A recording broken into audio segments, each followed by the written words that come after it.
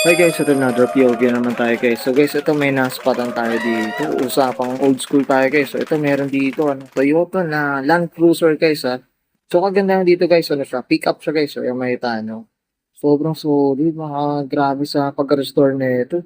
Ayan guys, kung makikita niyo guys, yung mga, yung ano niya, mga ilaw, ganun. Ang brand new guys, yung paganda doon. So honestly guys, natural ako dito sa model na to. Pero ito guys, nakalagay Land Cruiser. Tapos ito guys, so yung mga ano niya, yung chassis niya guys, talagang solid oh. Talagang restored. Ayan oh, Toyota guys. Toyota diesel. Ayan guys oh. Ganda ng kulay, sobrang kinis. Up tayo dito sa owner guys. Oh. Ayan oh, Toyota Land Cruiser guys. Ganda ng kulay guys oh. Sobrang solid. Oh. Ayan. Ito yung loob naman niya. Mukhang restored rin talaga guys. Ayan oh. Ganda ng kulay na guys. Pahingi pagka ano sa army green. Tapos ito naman sa wheels na guys. Sobrang macho. Sobrang solid. Ayan oh. Ganda pa ng gulong guys. Ayan. So ito yung ano guys, yung kagandahan dito, pick up siya. So pwede niyo siyang pangkargaan guys. So, yung kagandahan dito. So yan no.